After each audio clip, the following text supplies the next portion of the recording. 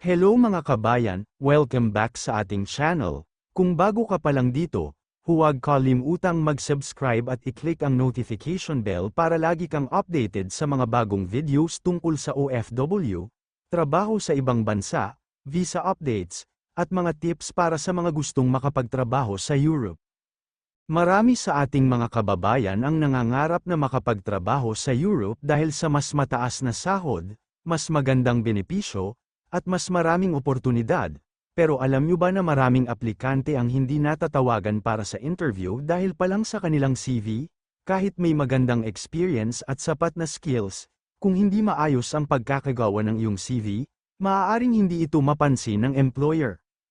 Kaya sa video na ito, tuturuan ko kayo kung paano gumawa ng isang professional European-style CV na mas mataas ang tsansang mapansin ng employer. Pag-uusapan natin kung ano ang tamang format, anong impormasyon ang dapat ilagay, ano ang hindi dapat isama, at kung paano gawing mas propesyonal ang iyong resume.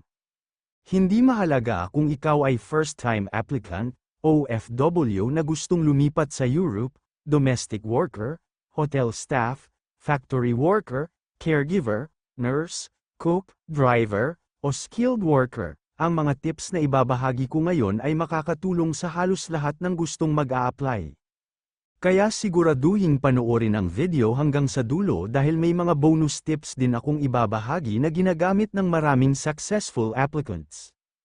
Ano ang European CV? Ang European CV ay isang malinaw, malinis, at professional na resume na nagpapakita ng iyong personal information, work experience, education, skills, at qualifications. Mas gusto ng maraming employer sa Europe ang simple at madaling basahin na CV kaysa sa makulay o sobrang daming design. Ano ang dapat ilagay? Una, ilagay ang iyong buong pangalan, contact number, email address, at bansang kasalukuyan mong tinitirhan. Siguraduhing active ang email at phone number na ginagamit mo. Pangalawa, ay ang professional summary. Ito ay maikling talata na naglalarawan kung sino ka bilang empleyado, ilang taon ang iyong experience, at anong trabaho ang ina-applyan mo. Pagkatapos nito ay ang work experience. Ilagay ang pinakabagong trabaho muna. Isama ang pangalan ng kumpanya, posisyon, bansang pinagtrabahuhan, petsa ng employment, at pangunahing responsibilities. Kasunod nito ang education. Isulat ang pinakamataas mong natapos na pag-aaral kasama ang school at year of graduation.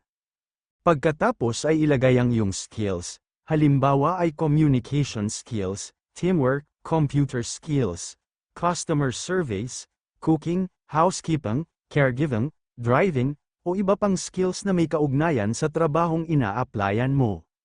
Kung mayroon kang training, seminars, certificates, o licenses, huwag kalimutang isama ang mga ito dahil malaking dagdag ito sa iyong application. Mga dapat iwasan ang maling spelling at grammar. Huwag gumamit ng email address na hindi propesyonal. Huwag magsinungaling tungkol sa experience o certificates dahil maaari itong ma-verify ng employer. Huwag ding gawing sobrang haba ang iyong CV. Sa karamihan ng pagkakataon, 1 hanggang 2 pahina ay sapat na. Bonus tips: gumamit ng malinaw na format, pare-parehong font, at tamang spacing. I-save ang iyong CV bilang PDF bago ito ipadala. Basahin itong mabuti bago mag-submit upang matiyak na walang mali.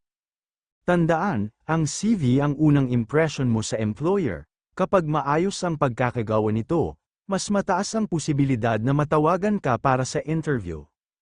Kung may gusto kayong matutunan tulad ng paggawa ng cover letter, paghahanda sa interview, o mga hiring updates sa Europe, isulat lamang sa comment section. Maraming salamat sa panunood. Kung nakatulong ang video na ito, paki-like, subscribe, at i-share ito sa inyong mga kaibigan at kapwa OFWs.